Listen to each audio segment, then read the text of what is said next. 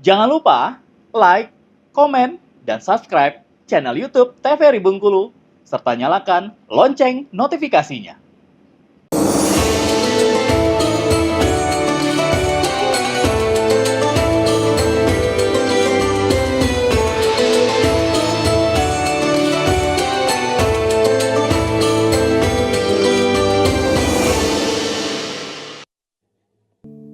Assalamualaikum warahmatullahi wabarakatuh pemirsa, jumpa kembali bersama saya Khairul Fahmi. Kali ini di Mutiara Kalbu TVRI Bengkulu. Dan untuk kesempatan hari ini tentunya kita akan membahas satu tema mengenai konsep rezeki di dalam Islam. Dengan narasumber kita ada Bapak Al-Ustadz Ikhwan Nasution dan juga ibu-ibu dari Majelis Taklim Masjid Darussalam Desa Taba Jambu, Kecamatan Pondok Kubang, Bengkulu Tengah. Baiklah, kita sapa-sapa terlebih dahulu tentunya untuk audiens kita dari Majelis Taklim Masjid Darussalam Desa Taba Jambu, Kecamatan Pondok Kubang, Bengkulu Tengah.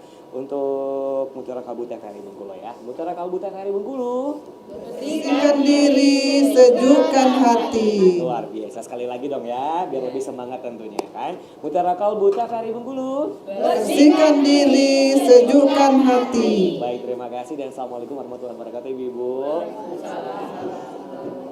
Baik pemirsa di rumah dan juga Pak Ustadz, langsung aja kita akan dengarkan tausiah singkat terlebih dahulu. Nanti kita akan mendengarkan juga dan juga memberikan kesempatan kepada ibu-ibu yang ada di studio TVRI Bengkulu untuk bertanya kepada Pak Ustadz nih tentunya tentang rezeki di dalam Islam. Ini kan menarik nih, kalau rezeki di dalam Islam itu kan yang jelasnya harus halal Pak Ustadz. Kalau nggak halal berarti tidak diperbolehkan tentunya. Boleh silakan Pak Ustadz dengan tausiahnya singkat untuk di hari ini, silakan.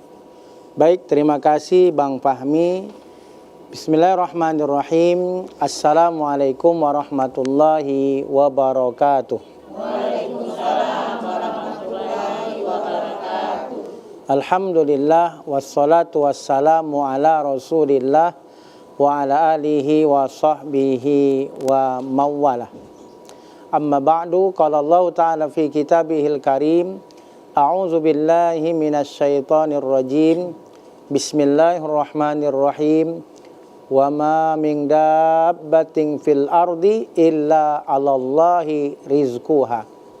Tidak ada satupun binatang melata di muka bumi ini kecuali Allah yang menjaminkan rezekinya. Quran surat Hud ayat 6. Pemirsa TVRI Bengkulu dimanapun berada, serta ibu-ibu Majelis Taklim ini jauh ya dari Pondok Kubang ya ibu ya. Semoga kita senantiasa dirahmati, diberkahi dan diridai Allah Subhanahu wa taala. Konsep rezeki dalam Islam. Ada yang kita terkadang salah memaknai rezeki. Rezeki itu terkadang kita anggap hanya sebatas materi, hanya uang, hanya rumah, hanya jabatan. Seolah-olah rezeki itu hanya berupa materi. Padahal rezeki itu bukan hanya yang berupa materi kalau kita perhatikan, tapi seluruh hakikat apa yang kita rasakan itu adalah bagian dari rezeki. Maka di antara konsep rezeki dalam agama kita Islam, bahwa pertama rezeki itu sudah Allah yang jaminkan. Jadi rezeki kita hari ini yang kita dapatkan, besok, lusa dan seterusnya sampai nanti, itu semua Allah yang menjaminkan rezeki.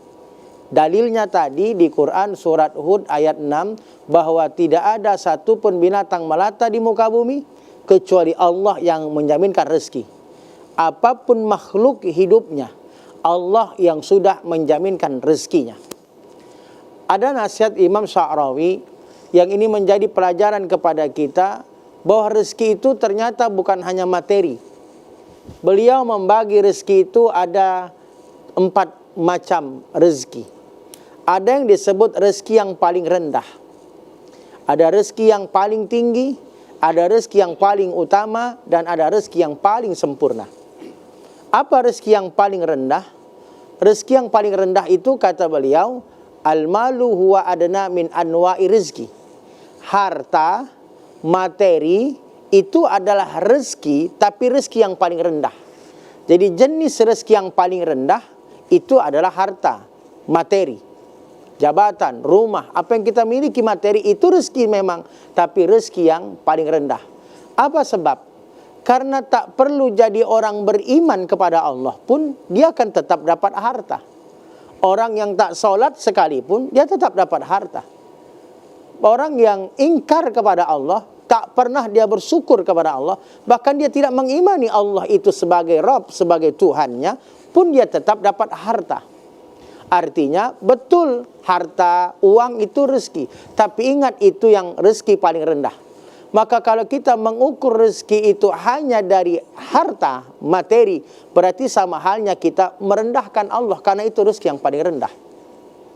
Ada jenis rezeki yang kedua, rezeki yang disebut rezeki yang paling tinggi. Apa rezeki paling tinggi itu? Wal afiyatu huwa a'la min anwa'i rezeki. Sehat itu adalah rezeki yang paling tinggi. Kalau tadi harta, rezeki paling rendah. Kalau sehat, rezeki yang paling tinggi. Karena kenapa? Dengan sehatlah kita bisa menikmati rezeki yang rendah tadi. Uang banyak, badan sehat, bisa kita nikmati. Apalah arti kata uang banyak, rumahnya banyak, semua materi banyak, tapi dia sakit tak bisa menikmati. Karena hakikat rezeki itu apa yang bisa dia nikmati, bukan dia yang bisa dimiliki. Karena yang kita miliki itu belum tentu jadi rezeki ketika kita tidak bisa menikmati.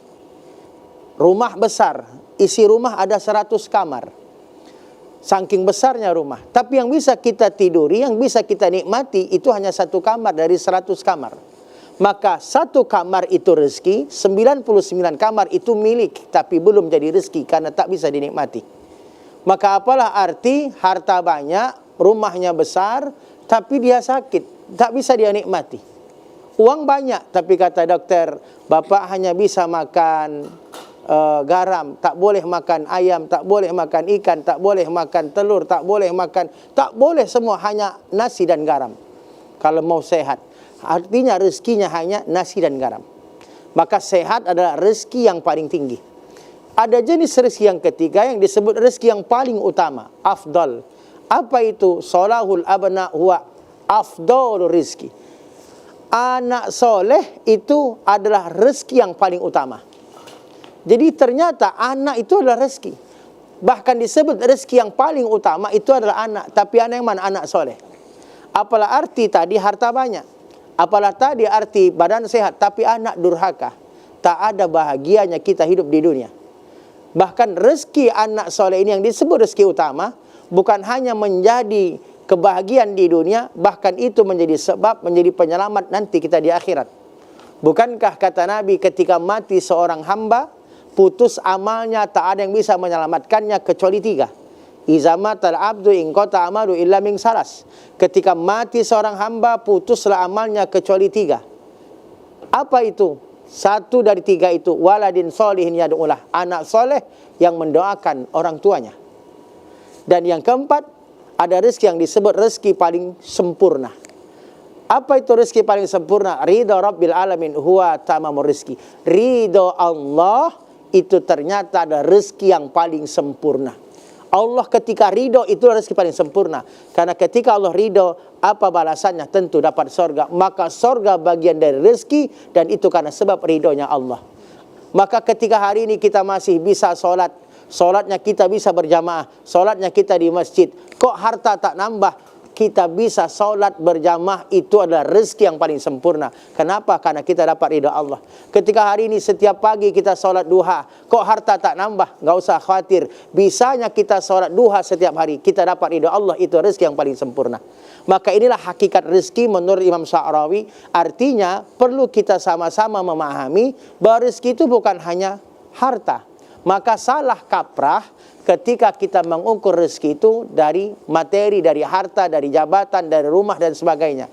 Tapi rezeki sesungguhnya adalah yang paling sempurna ketika kita dapat ridho Allah. Begitu Bang Fahmi. Baik, itu dia tentunya untuk tausiah singkat mengenai rezeki di dalam Islam. Ada beberapa macam tentunya, macam-macam rezeki itu sendiri. Nanti kita akan bahas satu-satu bersama dengan ibu-ibu dari Majelis Taklim Masjid Darussalam Desa Taba Jambu, Kecamatan Pondok Kubang, Bengkulu Tengah. Kita akan jeda iklan terlebih dahulu. Pemirsa di rumah tetap bersama kami tentunya di Mutiara Kalbu TVRI Bengkulu. Mutiara Kalbu TVRI Bengkulu.